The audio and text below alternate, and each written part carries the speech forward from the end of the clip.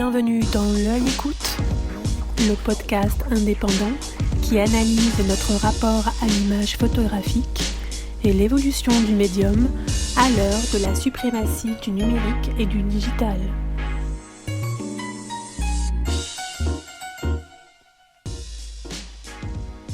Nous avons quitté Eliane Lafont au moment où elle nous racontait ses premières années new-yorkaises, quand, avec le culot obstiné et l'innocence des débutants, elle commença à faire paraître dans Time Magazine les premiers reportages en provenance de l'agence Gamma basée à Paris. De véritables histoires éditées au cœur de l'actualité, très loin des images habituelles envoyées par les agences filaires. Écouter Eliane Lafont, c'est revivre à travers son itinéraire cette grande période de l'âge d'or de la presse magazine et des photoreporters, quand Gamma se réappropriait le photojournalisme pour inventer le premier magazine virtuel. Tout cela depuis son salon, comme elle s'amuse à le souligner. Un entretien revigorant où elle nous parle sans phare de la manière dont fonctionnait le monde des agences, comment il s'est développé sur le modèle qu'elle avait initié avec Gamma à New York, et surtout comment elle a construit la notoriété de toutes les agences qu'elle a dirigées, aux États-Unis bien sûr, mais partout ailleurs dans le monde anglophone. Suivons sa trajectoire dans le sillage de celle d'Hubert en Roth à Gamma puis à Sigma, avant qu'elle ne devienne en 1978 la directrice de la photographie de Look Magazine, nouvellement rachetée par Hachette Filipaki. Puis, quand dans les années 90, la concurrence effrénée et l'arrivée du numérique bouleversent un marché où les prix s'effondrent et les agences endettées sont vendues. Qu'est-ce qui a fait le succès immédiat de l'agence Gamma ? C'est que non seulement nous racontions des histoires, contrairement aux agences filières, mais nous apportions des histoires qui étaient dans l'actualité. D'ailleurs, dans ce paquet de photos que j'amène à John Durniac, c'est toutes des photos qui ont à voir avec l'actualité qui, à l'époque, est féroce.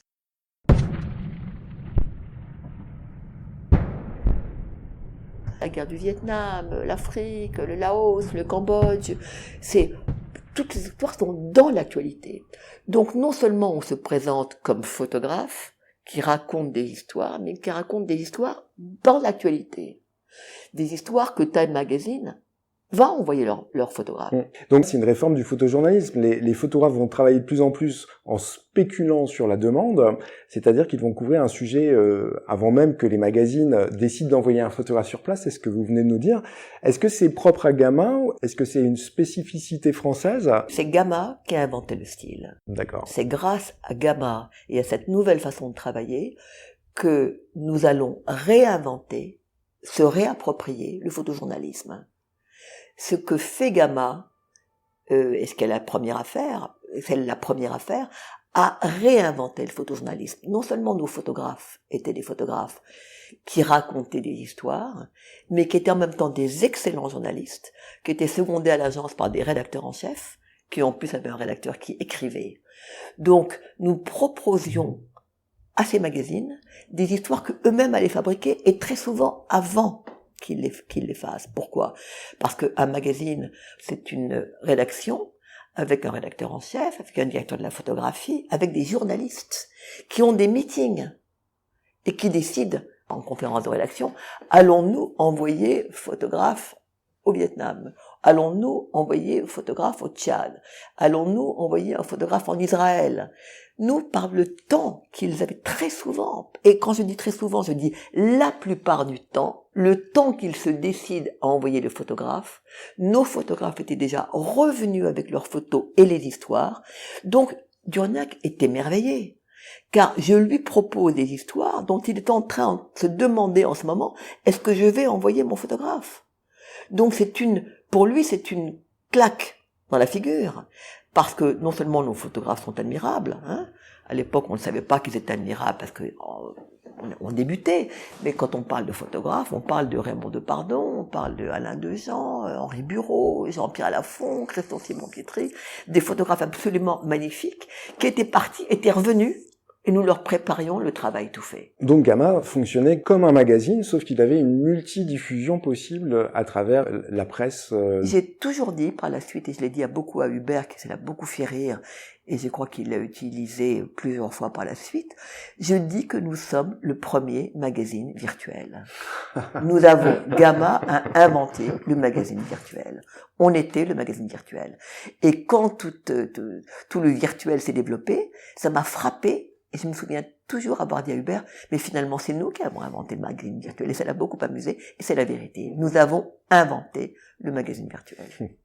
Alors, pour vous, à partir du moment où vous ouvrez le bureau de New York... Alors, attendez, tout ça se passe dans mon salon. Hein. Le bureau, c'est le fauteuil dans mon salon avec un file cabinet que Jean-Pierre m'a acheté, dans lequel je commence à faire des archives, à constituer mes archives. C'est-à-dire que vous collectionnez les enveloppes qui viennent de Paris. Voilà, absolument. Comment vous établissez la notoriété du bureau de New York? Ça s'est fait très rapidement, en fait. Pourquoi? Durniac, ébloui, donc par ce set de photos, me dit « Mais vous êtes qui, vous ?» Moi, je suis personne, mais je représente l'agence Gamma, j'expliquais l'agence Gamma, les photographes, etc., le travail en spéculation. Et il me dit, je vous offre une garantie. Je lui dis, mais c'est quoi une garantie? Et il me dit, vous devez venir me voir en premier. Je veux que vous veniez me voir en premier avec ces photos. Je lui dis pas, mais il est la première, je connais personne d'autre à part lui. Il est la première personne que je connais depuis 3 heures d'ailleurs, que je connais le même jour. Et pour venir me voir en premier, je vous offre $500. Et là, je devais avoir quand même un bon instinct de vendeuse parce que il me semble que $500 pour ces photographes. Ce qui est une belle somme quand même, $500 c'est une belle somme dans les années 60. Mais disons que je vois toujours plus grand que ce qu'on m'offre. Je vois toujours plus grand que ce que je vois. C'est toujours plus grand pour moi. Et je me dis... Ça, c'est très américain, déjà. Voilà. Mais quelque part, peut-être ce qui était fait pour moi. Peut-être que j'étais pas si française que ça, à la limite. Peut-être que j'étais déjà un peu américaine. Et je lui dis, ça me semble pas beaucoup. Ça me semble toutes ces photos que je sais sont formidables. Ces photographes que je trouve sensationnels. Ces histoires qu'on raconte, qu'on écrit. Je me dis que ça suffit pas. Donc je lui dis $5,000. Et c'est là où mon histoire ne peut être qu'américaine, il a un grand éclat de rire, il me tend la main et il me dit « You have a deal ». On a un deal. Et vraiment, littéralement, l'agence Gamma a commencé comme ça.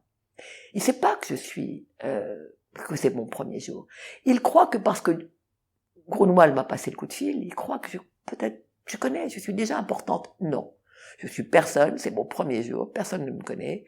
Et là, ça va démarrer très vite. Pourquoi? Et vous êtes prisonnière puisque vous devez présenter les photos donc à Time. Malgré tout, Gamma a diffusé très largement. Bien sûr, je suis prisonnière, mais je suis une très belle prisonnière. Je vais vous expliquer pourquoi.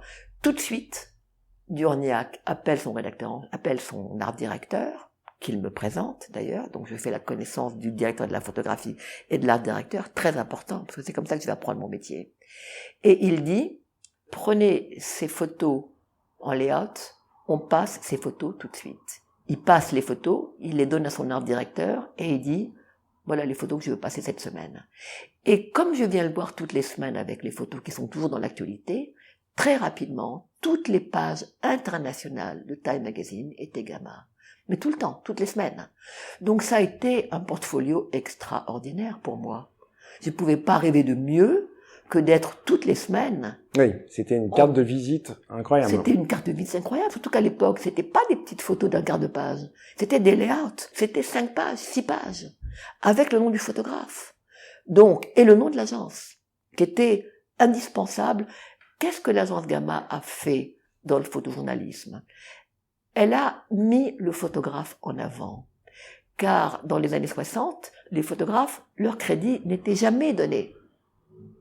C'était toujours anonyme. Oui, c'était anonyme. Que sont devenus d'ailleurs, puisque vous remplissez les pages internationales de Time Magazine à partir du moment où vous rencontrez John Durniac, que sont devenus leurs photographes habituels? Est-ce que vous les connaissiez? Est-ce que vous savez ce qui s'est passé? Je les connaissais pas, sauf quelques-uns qui étaient donc amis de Jean-Pierre. Et très rapidement, d'ailleurs, c'est amusant que vous me posiez la question, parce que très rapidement, tout d'un coup sur le Vietnam, alors que Time Magazine avait des photographes magnifiques au Vietnam, c'était nos photographes sur le Vietnam. Laos, nos photographes. Affect, nos photographes. Donc, les photographes de Time Magazine, très rapidement, ont commencé à venir aller voir Durniac, en disant à Durniac, non mais attends, est-ce qu'il faut que je rentre à l'agence Gamma pour que nos photographes soient dans le magazine? Donc, c'est comme ça que j'ai fait la connaissance, qui étaient les amis en même temps de Jean-Pierre et de nos photographes, des grands photographes de Time, Eddie Adams, Dirk Halstead, David Kennerley, qui voulaient vraiment, étaient très intéressés par. Pourquoi? Parce que tout d'un coup, non seulement nos photos étaient dans Time Magazine, mais étaient dans le monde entier. Donc ces photographes disaient, mais pourquoi est-ce que je peux pas travailler avec toi et tout? Et si tu peux distribuer une photo? Donc, si vous voulez, ça m'a permis de développer une équipe de photographes aussi. Et là, puisque vous êtes, à cette époque-là, vous êtes encore distributeur de la photographie de Paris. Je suis vendeuse. Quand ces photographes américains viennent à vous, est-ce que la situation s'inverse? Est-ce que Paris devient le distributeur de ces photographes américains? Oui. C'est comme ça que ça se passe? Oui. Non seulement c'est comme ça que ça se passe, mais c'est aussi comme ça que moi j'ai appris mon métier. Parce que de vendeuse, j'ai commencé à apprendre. Je faisais pratiquement partie de l'équipe de Time Magazine. Il faut aussi vous dire que c'était les années 60, j'étais française, j'avais la langue bien pendue, j'y disais toujours mon avis. Un de mes grands points, c'était pourquoi est-ce que vous utilisez que nos photos? Pourquoi est-ce que vous n'utilisez pas nos textes? Et Durniac m'avait répondu, non, ce sont nos écrivains qui écrivent les histoires. Et j'ai dit, mais c'est extrêmement injuste. Donc les écrivains, ce sont des journalistes. Des journalistes. C'est extrêmement injuste parce que nos photographes au Vietnam, ils sont en première ligne. Très souvent, les écrivains, ils sont dans leur chambre d'hôtel. Alors que vous utilisez les légendes pour vos photos, pourquoi ne pas utiliser nos textes? Ça a toujours été un de mes grands, sur lesquels j'ai complètement échoué d'ailleurs, ça a toujours été un de mes grands souhaits, dès le début, que non seulement ce soit nos photos, mais que ce soit notre texte. Et c'est à cette occasion, d'ailleurs, Durniac m'a dit qu'il faudrait en parler à Grunwald, la fameuse personne qui m'avait passé le coup de fil le premier jour. En vous disant, mais vous le connaissez, Grunwald? Voilà, en me disant, mais parlez avec Grunwald de tout ça, parce que les journalistes, d'abord, c'est pas moi qui décide sur le texte, et ensuite, c'est sacré, nos journalistes sont sacrés. J'ai dit, mais moi, je voudrais faire mon point. Donc, je retourne voir Grunwald, qui me dit, et je lui rappelle l'histoire d'ailleurs, c'est comme ça que je suis également devenue amie avec Grunwald. C'est parce que lui-même était un immigré, comme moi, quelque part. Il arrivait d'Autriche, sa famille avait fui les camps de concentration. Pendant la guerre, il était arrivé aux États-Unis, et qu'est-ce qu'il faisait dans le building? Il était le gopher. C'est quoi le gopher? C'est le jeune personne qui passe le café de bureau en bureau. Et c'est comme ça qu'avait commencé Grunwald. Donc mon histoire l'intéresse énormément, parce que lui-même est un immigré qui a commencé en bas de l'échelle, comme moi. Moi, je commence vendeuse, lui, il est passé, il transportait les journaux et les cafés de bureau en bureau. Là, c'est la mythologie du success story à l'américaine. C'est la mythologie, mais c'est en même temps l'histoire de l'Amérique. C'est un pays d'immigrés où tous les gens comme moi ont une histoire à raconter, et toutes les histoires sont bonnes à raconter. Et tous les immigrés se racontent leurs histoires. Donc, j'apprends au fur et à mesure, car je fais partie, pendant plusieurs mois, je fais partie du groupe de Time Magazine. Je pars dans le bureau en bureau, je vais voir les photos éditeurs, l'art directeur me montre comment on fait une mise en page, j'assiste, j'apprends. Donc c'est votre école de journalisme. Mon école, Jean-Pierre est à la levée, je suis allée à Time Magazine. Je suis allée à l'école du journalisme à l'américaine. Et j'ai vraiment appris, et j'ai appris avec les meilleurs. Parce que le photo-éditeur de Time Magazine, l'art directeur de Time Magazine, et au bout de 6 mois, ça c'est... Alors, je reviendrai 6 mois plus tard, car comme vous le dites, je suis un peu enfermée. Qu'est-ce qui se passe? C'est que tout d'un coup, Newsweek m'appelle et me dit, mais pourquoi est-ce que ce n'est que Time Magazine qui ont vos photos? Pourquoi est-ce que vous ne venez pas aussi, nous les présenter? Je suis, en ce moment, je commence à devenir très fameuse, hein, Eliane Lafont. Oui, et puis en plus, comme vous le dites, ces photographes sont crédités, Agence Gamma. Bien donc, sûr, pour le Agence coup... Gamma, quelle Agence Gamma? Pourquoi est-ce qu'on n'a pas également, nous, accès aux photographes? Donc, je vais voir Newsweek. Newsweek me dit, tout ce que vous offre Time Magazine, on vous offre le double. Là encore, histoire américaine. Donc, je retourne voir Durniac en disant, je sais que ça va pas du tout te plaire. Je veux plus travailler simplement pour Time Magazine. Et c'est pas simplement une question d'argent. Je veux que nos photos soient dans tous les magazines américains. J'ai commencé par toi, mais éventuellement mon but, c'est qu'on soit partout. Donc évidemment, il est très fâché avec moi pendant quelque temps, mais comment, mais bon. Oui, je dis tout ça, c'est... Oui, et puis vous aviez votre engagement avec lui. Pas un engagement écrit. Oui. J'avais jamais voulu signer un contrat écrit. Et puis il faut dire aussi que j'avais un caractère assez explosif aussi. C'est-à-dire que je suis pas non plus, comment dire, je suis pas impressionnée. J'aime tous ces personnages, j'aime Dom John Durniac, mais je suis pas impressionnée. Il est bien, mais bon, d'accord, c'est Time, mais je veux tout le monde. Donc c'est pas quelque chose je suis pas intimidée, voilà. Je ne suis pas intimidée. Donc ça m'est complètement égal qu'il soit fâché avec moi pendant quelque temps. Ça m'est égal. Je sais qu'il va revenir. Pourquoi? Mon idée est de travailler avec les deux. Parce que, après tout, comment est-ce que moi je gagne ma vie? Je gagne ma vie au pourcentage. Autrement dit, j'ai jamais été l'employé de Gamma. On m'a jamais offert un salaire. Dès le début, j'ai dit, et là encore une fois, le problème, cette liberté que m'a offert mes parents a été le plus beau cadeau qu'il m'ait jamais offert, parce que quand Jean Hubert me propose de travailler pour lui, j'ai dit oui, mais je veux être libre. Je ne veux pas être employé. Comment allez-vous vous payer? Je me paierai au pourcentage. Donc je prends une commission. Donc, et j'aime l'argent. Je n'ai aucune timidité avec l'argent. Je n'ai jamais eu aucune timidité à mettre un prix à quelque chose. Aucune. Je n'ai ni des sentiments d'infériorité, ni de supériorité par rapport à l'argent. C'est naturel pour moi. Donc je n'ai aucun problème à aller à Time en disant je veux tel prix, et si John à Time ou à Newsweek m'offre le double, allez à Newsweek. Aucun problème. Donc, puisque c'est comme ça que je vis. Et c'est avec cette commission que je commence à engager mes premiers employés. C'est comme ça que je prends un bureau. C'est avec mes fameux 30% que je prends un bureau, qui est d'ailleurs dans le même building, au rez-de-chaussée. C'est avec mes 30% que j'engage ma première employée, mon deuxième et mon troisième, très rapidement tout ça. Donc il faut que je fasse beaucoup d'argent. Donc je vais au plus offrant. Et j'ai acquis très rapidement la réputation, c'est John qui l'a inventé, d'ailleurs John Jr., qui m'appelle Mrs. Double Space. Mademoiselle double page, parce que on disait toujours que je demandais 2 fois plus d'argent que 1, ce que ça valait, et 2, que ce que quelqu'un d'autre aurait demandé. Donc très rapidement, j'ai une réputation d'être très chère. Mais il faut pas oublier que je suis seule aussi à l'époque. Il n'y a pas encore beaucoup de concurrence. De concurrence, hein. Et j'ai vraiment profité à ça un maximum.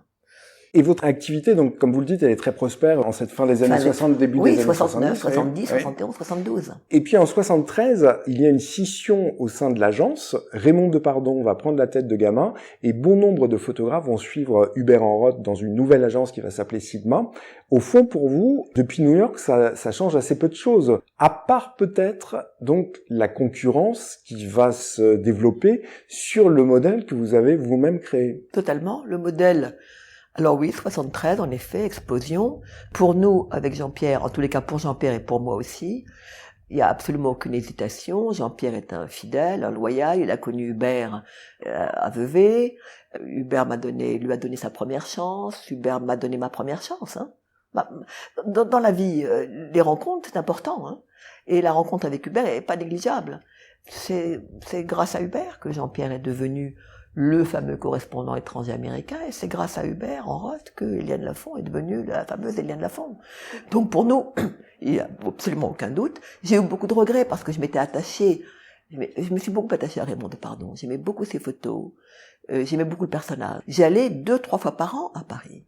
Je voulais absolument rencontrer cette maison mère, en quelque sorte, où j'étais devenue quelque part une partenaire. Qu'est-ce qu'il y avait de particulier quand vous arriviez à la maison mère à Paris, chez Magnum? Quelle était l'ambiance? Alors, chez Magnum, je vais dire, excusez-moi, c'est amusant que vous parliez de Magnum, parce que... non, oui, pardon, oui, c'est moi qui fais un lapsus. Oui, mais c'est amusant que vous fassiez un lapsus, parce que des années plus tard, Magnum m'avait demandé de m'occuper de l'agence Magnum. Mais pour moi, c'était même pas pensable. Pourquoi? À l'agence Magnum, ce sont les photographes qui dirigent. Oh, mon agence Gamma, c'est moi qui l'a dirigé. Mon agence Sigma, c'est moi qui l'a dirigé aux États-Unis. Donc, quand je venais à Paris, qu'est-ce que je faisais? Je rencontrais les photographes, donc je voyais les photos. Je développais Gamma d'abord et Sigma aux États-Unis sur le même modèle que Paris. Quand Paris développait, par exemple, un département très rapidement, Monique Kuznetsov a développé le département People, les show business, les stars. J'avais rencontré Monique, que je trouvais absolument formidable, avec lequel qui était la femme d'Hubert Enroth, avec lequel je me suis entendue extrêmement bien. Le People ne m'intéressait pas plus que ça, c'était vraiment le journalisme qui m'intéressait. Mais grâce à Monique, le People m'a intéressé aussi. Et très rapidement, on a ouvert un bureau à Los Angeles. Très rapidement, on a développé, et ça m'amusait énormément, les stars, les movie stars, les personnalités.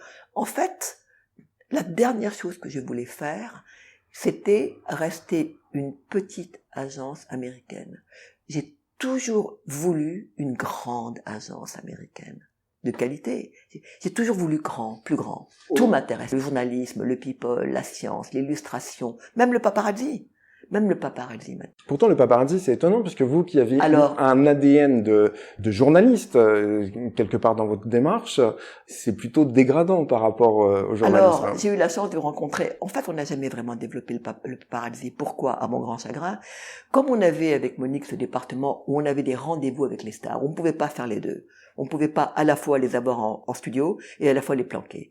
Donc en fait, on n'a jamais vraiment développé le paparazzi. Mais j'étais très amie avec un photographe qui n'a jamais d'ailleurs rejoint l'agence, Ron Galella. Et c'est à travers Ron Galella... Qui avait eu des déboires, je crois, avec Marlon Brando, avec Jackie Onassis, qui était Kennedy à l'époque. En fait, Ron Galella a été le photographe paparazzi qui m'a montré que les paparazzi étaient également des journalistes extraordinaires et des travailleurs incroyables. Donc, pour revenir à ce que je disais, tout m'intéressait. Et je voulais faire une grande agence. Donc je revenais régulièrement à Paris, car nous développions avec Monique et avec Hubert, on développait ensemble ce qu'allait devenir Sigma Mondial. Hein? Donc si vous voulez, oui, je m'occupais des États-Unis, mais très rapidement aussi je me suis occupé de l'Asie, par exemple. Oui. Eux avaient développé l'Europe. Donc c'était plus simplement, si vous voulez, aux États-Unis. En fait, on était devenus en osmose, en quelque sorte. Deux entités qui se séparaient. Mais qui s'entendaient extrêmement bien, car nous étions partenaires. On n'était pas vraiment séparés. Ce qui faisait votre force aussi à New York, c'est que vous étiez en contact avec le monde anglophone. Oui. Et la France était plutôt en contact avec l'Europe et le monde francophone. C'est exactement ça. J'avais vraiment développé tout le marché anglophone, absolument. Est-ce que vous aviez un vrai dialogue avec les photographes? Donc là, je vous parle des photographes que vous aviez à New York et des photographes qu'il y avait à Paris. Est-ce que vous participiez aux réunions de rédaction? Est-ce que vous arriviez ou vous dressiez des ponts entre les désirs des commanditaires et les sujets qui étaient portés par les photographes? Est-ce que vous jouiez ce rôle d'interprète? Mais complètement. Et c'était un rôle essentiel d'ailleurs. Et c'est arrivé, là encore, d'une façon naturelle. Par exemple, aux États-Unis, encore plus qu'en France à l'époque, hein, remettons-nous bien dans les années fin 60, début 70. Il y avait des magazines qui s'appelaient Life et Look Magazine. Et ces magazines avaient des photographes prestigieux d'ailleurs, dont beaucoup étaient à Magnum, qui développaient leur histoire, par exemple Eugene Smith, et qui faisait 10 pages, 15 pages dans Life Magazine, basées sur une histoire.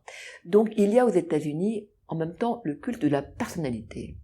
Donc très rapidement, quand j'ai commencé à faire connaître à Time et à Newsweek nos photographes français, qui travaillaient d'une façon similaire à la façon dont travaillaient les photographes américains. Raymond Depardon, Jean-Pierre Lafont étaient connus pour leurs histoires, pas simplement pour leurs photos. C'est-à-dire que là, pour le coup, vous parlez de la qualité d'auteur du journaliste. Voilà. Donc si vous voulez, tout d'un coup, le photojournaliste devient l'auteur.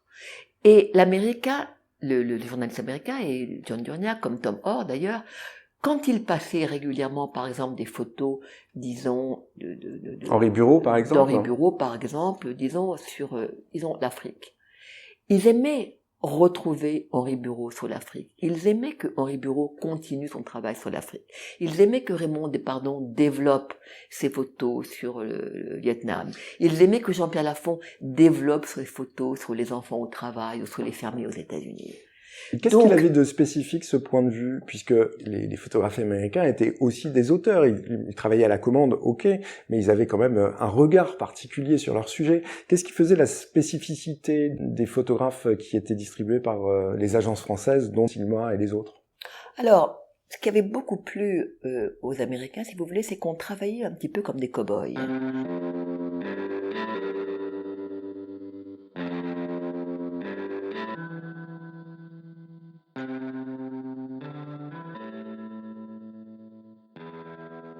Ça leur plaisait énormément. On était un petit peu les cow-boys du photojournalisme. D'abord, on n'attendait pas qu'une rédaction d'un magazine nous demande d'aller le faire. On y allait, on le faisait. Et non seulement on y allait, on le faisait, mais on développait nos photos et on éditait. Donc c'était la crème de la crème. Mais bien sûr. Donc non seulement on avait des photographes magnifiques, mais qui partaient à l'aventure comme un cow-boy très rapidement, mais qui revenaient et qui, avec la rédaction, et ça, si vous voulez, c'est là où j'ai, moi, appris mon travail d'éditeur, on éditait le travail de nos photographes. Quand j'allais présenter le travail à Time Magazine, je leur présentais pas des tirages. Je leur présentais pas des bobines. Je leur présentais des tirages, notre édite. Donc ça représentait combien de photos? 15 photos? 15 photos, 20 photos, ça dépendait, si vous voulez, de l'importance sur laquelle le photographe avait travaillé. Par exemple, un photographe comme Henri Bureau était très connu pour travailler très vite. Il partait, il faisait 3 photos, il revenait. Et ces 3 photos étaient remarquables. Mais on donnait à Time Magazine que 3 photos. On avait édité. Et c'était devenu un trademark. Par exemple, ouais. tout le monde voulait connaître Henri Bureau, qui était fameux pour ne faire que 3 photos.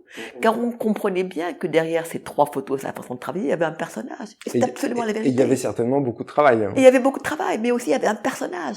Pourquoi est-ce qu'il faisait que 3 photos? Alors que par exemple, Jean-Pierre Lafont fera 15 photos, Alain Dejean fera 25 photos. Donc tout d'un coup, on développe le style du photographe. C'est plus simplement l'histoire qu'il raconte, c'est la façon dont il le raconte. Et c'est aussi la liberté du photographe, puisque là, pour le coup, le photographe présente son travail, alors qu'en travaillant à la commande, il est soumis plus ou moins aux desiderata du magazine. Totalement. Voilà pourquoi la plupart des photographes n'a jamais voulu travailler en commande. C'est un point très important à développer. Jean-Pierre, par exemple, raconte toujours qu'une fois, il a fait une erreur. Il a pris une commande d'un magazine, je crois, peut-être le New York Times ou Time Magazine, j'ai oublié maintenant, où on lui demande de faire, disons, le président Bush. Mais comme le président Bush, cette semaine-là, devait être la couverture du magazine, le rédacteur en chef, à travers moi, dit à Jean-Pierre, attention, je veux des portraits. Donc voilà pourquoi Jean-Pierre a refusé par la suite à 99% de son travail de faire des commandes, c'est que tout d'un coup il voit Bush dans une situation qui lui en tant que journaliste l'enflamme. Tout d'un coup il voyait une vraie histoire à faire, qui était vraiment le président Bush. On lui demande de faire un portrait, donc à se concentrer sur une lumière, une composition pour faire un portrait.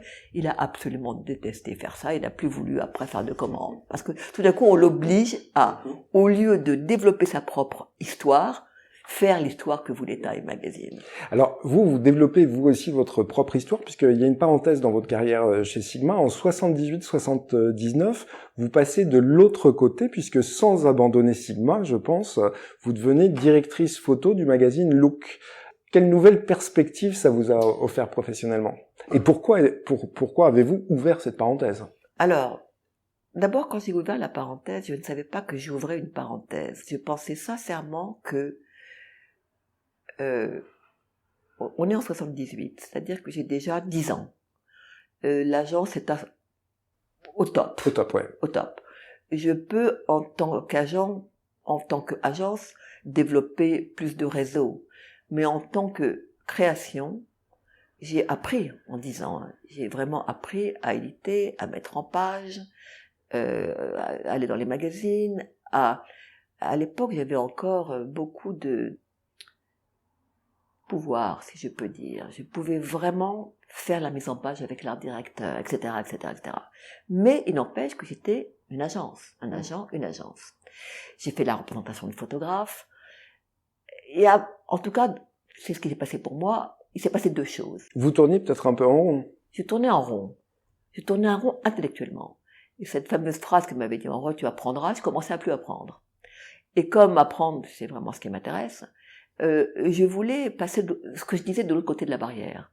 J'avais envie d'avoir mon propre magazine. J'avais envie de faire mes propres livres. J'avais envie de faire autre chose que développer les réseaux de Sigma, qui étaient devenus très grands, mais qui pouvaient s'agrandir. C'est ce qui s'est passé d'ailleurs. Hein, quand je suis... Donc là, vous vouliez imposer une marque d'auteur quelque part. Oui, voilà. Je voulais moi aussi devenir un auteur.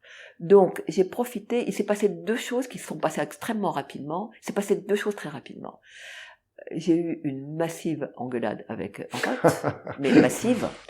Et comme je suis quelqu'un de très colérique, et lui aussi, on s'est raccroché le téléphone en se disant, on en a ras-le-bol, tu m'emmerdes, toi aussi tu m'emmerdes, bref, on se quitte très fâchés.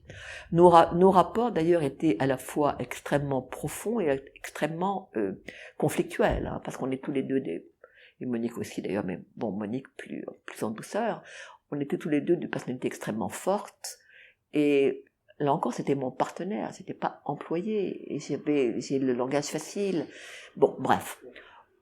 Le week-end où je m'engage avec Hubert, John Durniac, qui entre-temps avait lui également quitté Time Magazine, a été engagé par Daniel Philippaki, qui est arrivé aux États-Unis, qui a racheté le magazine Look.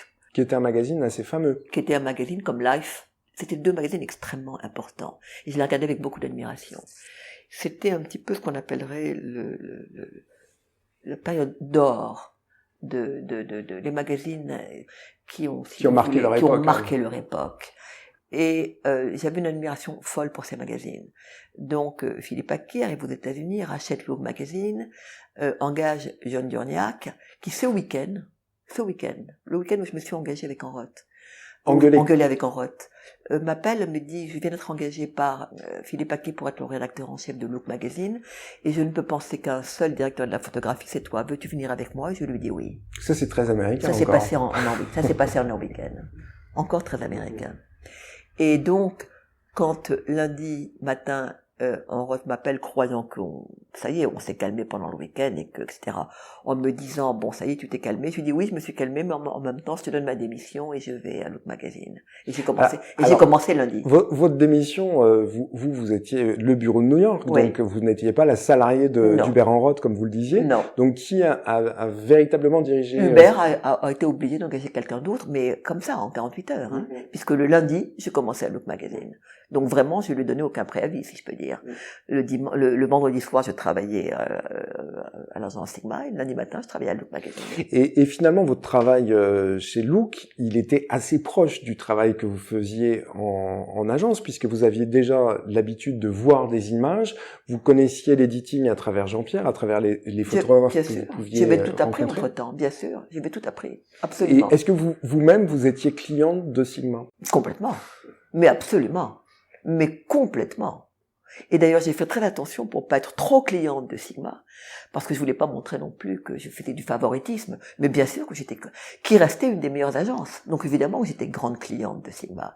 Non seulement grande cliente de Sigma, mais les vendeurs de Sigma étaient mes vendeurs. Donc j'étais extrêmement Jim Rorik, j'étais très proche avec eux, quand j'étais très proche de mon staff.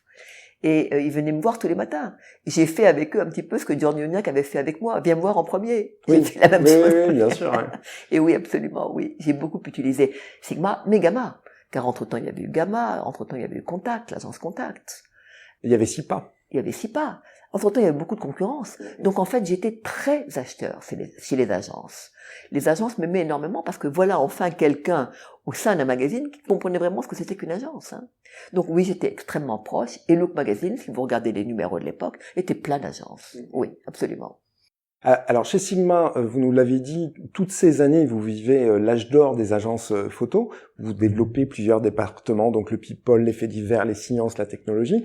Mais dans les années 90, le modèle s'essouffle, il décline. Qu'est-ce qu'il advient alors de vous et de votre agence? D'abord, on a une concurrence redoutable. Hein. Les prix qu'on obtient, évidemment, sont plus les mêmes. Oui, parce que ça, on en a parlé très vaguement, mais en fait, les sommes auxquelles sont achetés les reportages dans les années 70-80 sont considérables. Hein. Considérables. Surtout quand vous aviez le monopole sur le marché. Mademoiselle de Bolspace. Madame de Bolspace, absolument. Mais dès les années, je dirais, fin 80, début 90, les prix sont plus les mêmes, la concurrence est redoutable. Est-ce que c'est lié uniquement à la concurrence ou il y a d'autres facteurs qui font que...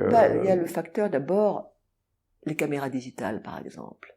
Arrive l'électronique, les caméras digitales, il faut équiper notre agence et nos photographes avec des caméras digitales.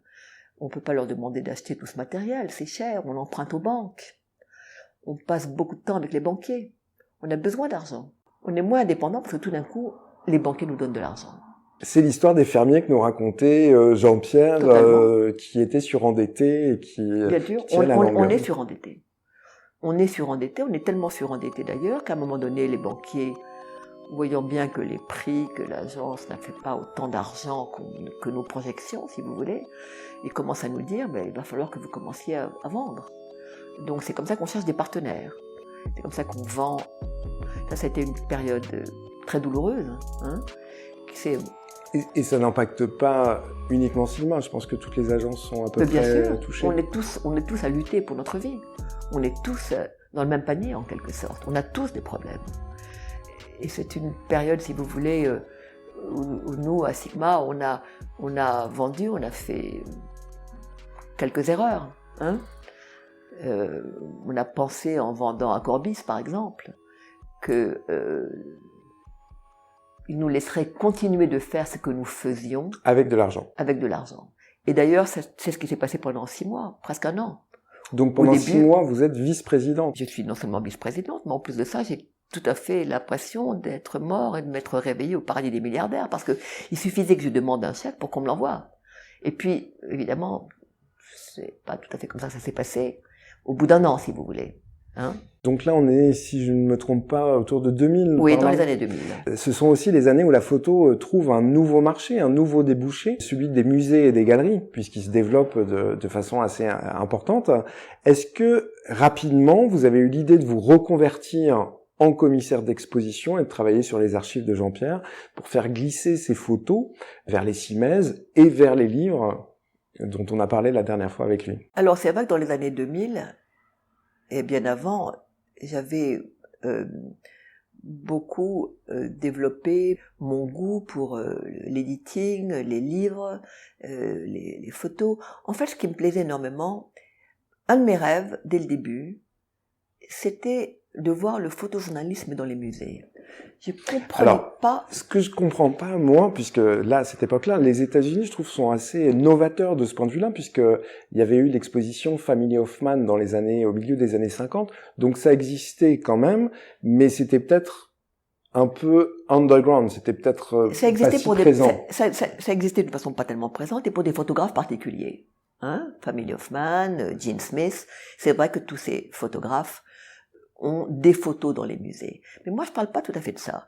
Je parle du photojournalisme dans son entier, dans les musées. Oui, qui, lui, était vraiment consacré au magazine. Oui, parce que Gene Smith travaillait pour Look, pour Life. Donc, c'était pas vraiment des photojournalismes à la Gamma. Moi, ce que je voulais, c'était le photojournalisme à la Gamma dans les musées. Et c'était un de mes rêves depuis très longtemps. Et dans les années 90, je développe ça parce que c'est une chose qui m'intéresse. Et c'est une autre façon d'éditer, c'est une autre façon de présenter, c'est une autre façon de voir la photographie. C'est un nouvel objet. C'est un nouvel objet. Le livre, l'exposition. Voilà. Donc, vous n'avez pas eu ce désir, quand vous étiez à la tête de Sigma US, vous n'avez pas eu le désir de faire des expositions de... Si, j'en ai fait quelques-unes, mais c'était toujours des expositions chez Nikon, chez Canon, chez nos caméramans. C'était pas... Chez des partenaires. C'était le partenaire. C'était pas dans les musées. Et c'était pas non plus des livres... je voulais faire des livres, par exemple. Les livres photos, de la même façon, on a parlé des expositions, existaient quand même dans les années 80, 90. Les livres photos existaient, mais pas avec nos photographes. Plus avec les photographes de Magnum, par exemple. Moi, je voulais que Gamma, Sigma, les photographes je trouvais que leurs photos éditaient différemment, avec un autre œil, mais soit aussi dans des livres. Ce que je veux dire, c'est qu'à l'époque, le photojournalisme et l'art étaient vraiment une autoroute avec une raie jaune au milieu qui séparait les deux mondes. Je voulais voir tomber cette raie jaune. Je voulais que ce mélange, que ces deux lignes se retrouvent. Et c'est vraiment une chose qui me prenait très à cœur. Donc, si vous voulez, quand j'ai commencé dans les années fin 90, début 2000, à passer mon temps à faire des budgets, en tant que vice-présidente de Corbis. Gérer des problèmes. Je passais mon temps à non seulement gérer des problèmes, mais gérer des problèmes au niveau, ça m'intéressait pas tellement de faire avec des comptables, des colonnes Excel, si vous voulez, avec des chiffres, et de me mettre en conférence de presse avec 300 personnes à travers le monde pour parler. Ça m'intéressait pas du tout. Ce côté-là m'intéressait pas du tout. Donc, j'ai très rapidement quitté Corbis. C'est là où j'ai repris tout le travail de Jean-Pierre.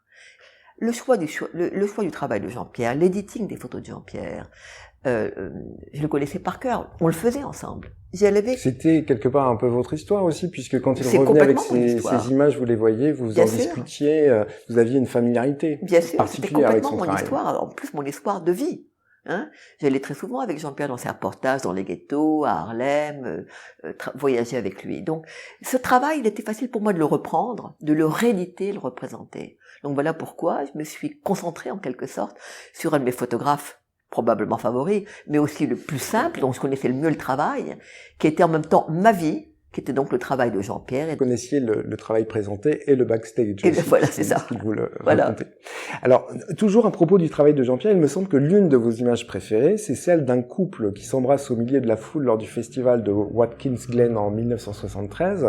Est-ce que vous pouvez nous décrire cette photo et nous dire ce qui vous touche, ce qu'elle symbolise pour vous?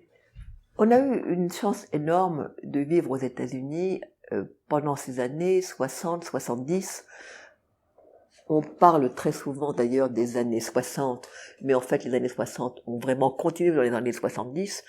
Et j'aimais beaucoup cette espèce de révolution sans révolution avec armes qu'avaient fait les hippies. Cette espèce de transformation de la société américaine, profonde transformation, de par ces jeunes qui avaient cassé toutes les barrières. Ces jeunes qui avaient votre âge. Hein. Qui avaient mon âge et qui eux-mêmes, en toute liberté, encore une fois, je utilise le mot liberté, avaient explosé leur société. C'est une chose c'est la période de l'Amérique qui m'intéresse le plus. C'est ce moment d'explosion, si vous voulez, de cette société des années 50 aux années 70. Grâce à cette révolution sans révolution, une autre Amérique est née. Une Amérique que j'ai vue naître. J'étais là. J'étais présente. Donc, cette photo en particulier m'intéresse énormément parce que c'est un mélange de... Alors, est-ce que vous pouvez nous la décrire? Alors, c'est une photo qui a été prise à Watkins Glen durant un festival de musique. Et je trouve que tous ces jeunes qui sont nus, avec leurs cheveux longs, avec des banderas dans la tête, représentaient la jeunesse qui allait transformer la société américaine. Et ce baiser, comme ça, dans cette foule anonyme, pour moi, était comme une espèce de métaphore. Donc c'est un couple noyé au milieu d'une foule très compacte. Très compacte en même temps. Regardez, ils sont tous torse nu, bandana dans les cheveux, et ils s'embrassent comme ça, seuls au monde. Voilà, donc c'est un French kiss, en fait, oui, au milieu de la foule. Pour moi, c'est une très belle métaphore de ces années 60. C'est en quelque sorte le baiser de l'hôtel de ville de Douaneau version américaine par Lafon. Oui, oui. Alors Eliane, quand on vous entend parler, on a l'impression que les choses se sont enchaînées de façon naturelle, vous faites des rencontres, elles se sont presque imposées à vous pour faire de vous ce que vous êtes. En regardant rétrospectivement ce que vous avez construit, vous qui avez vécu au Maroc, est-ce que vous croyez au mektoum? Est-ce que vous croyez au destin, au hasard, à la chance? Complètement. Je trouve que ma vie est une succession de chances. De chance dans les rencontres, de chance dans la ville dans laquelle j'ai été atterri, qui par chance j'ai eu le bonheur de reconnaître, la chance des gens que j'ai rencontrés, qui m'ont donné la possibilité de devenir qui j'étais. Mais attention, la chance, ça se travaille, hein. Je suis une énorme travailleuse. Derrière tout ça, qui semble très simple de raconter comme ça, il y a 17 heures de travail par jour, 6 jours par semaine. J'ai eu beaucoup de chance de vivre une vie de passion. Et aussi peut-être de vivre dans cette génération-là. De vivre dans cette génération. Ma vie est une succession de chances. Oui, je crois beaucoup à la chance. Oui, absolument. Chance et liberté. Alors pour terminer cet entretien, je voudrais faire référence à une autre photo de Jean-Pierre que pour ma part je trouve assez emblématique. Il s'agit d'Hélène Curley, rédactrice en chef de Cosmopolitan USA, qui présente un petit coussin à l'objectif sur lequel on peut lire « Good girls go to heaven, bad girls go everywhere ». Donc les bonnes filles vont au paradis et les mauvaises filles partout ailleurs. Est-ce que vous ne vous retrouvez pas vous-même dans cette image? Et également, comme on vient de le dire, tout un tas de femmes de votre génération, éduquées, indépendantes, qui ont su prendre leur chance, saisir leur chance et faire une carrière. Absolument. C'est pas par hasard que j'ai édité cette photo. Jean-Pierre l'avait presque ignorée d'ailleurs. Il l'avait prise comme ça et puis elle était dans les archives.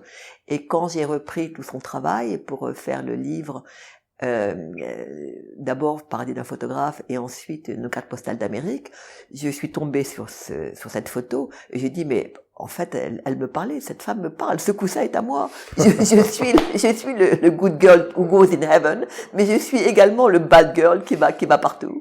Complètement, oui. Très bien, bah écoutez, merci infiniment Eliane Lafon, c'était un plaisir de partager ce moment avec vous. Et puis donc en termes d'actualité, on va vous retrouver dans d'autres aventures. Vous allez me retrouver dans d'autres aventures et en même temps les mêmes, parce que parallèlement, je vais faire donc avec mes amis en bande dessinée notre voyage magnifique Terre de Feu Alaska, mais je voudrais aussi commencer une monographie de Jean-Pierre qui montre mon travail d'éditeur, pour ce travail de Jean-Pierre, les 10 dernières années, de le succès vraiment énorme du Paradis d'un photographe, s'est consacré sur son travail sur l'Amérique. Donc tout le monde pense en fait que Jean-Pierre est un photographe qui n'a fait que l'Amérique. Mais en fait, il a fait le monde entier. L'Amérique est une partie de son travail. Et je voudrais reprendre son travail sur les pays qu'il a traversés, qui est le reste du monde. D'ailleurs, je voudrais que le livre s'appelle Le reste du monde, qui montre son travail en Corée, en Inde, au Japon, en Russie. Donc je vais faire les deux choses parallèlement. Le monographie du travail de Jean-Pierre en dehors de l'Amérique et mon voyage sur Alaska. Très bien. Bon, écoutez, on sera au rendez-vous, Eliane.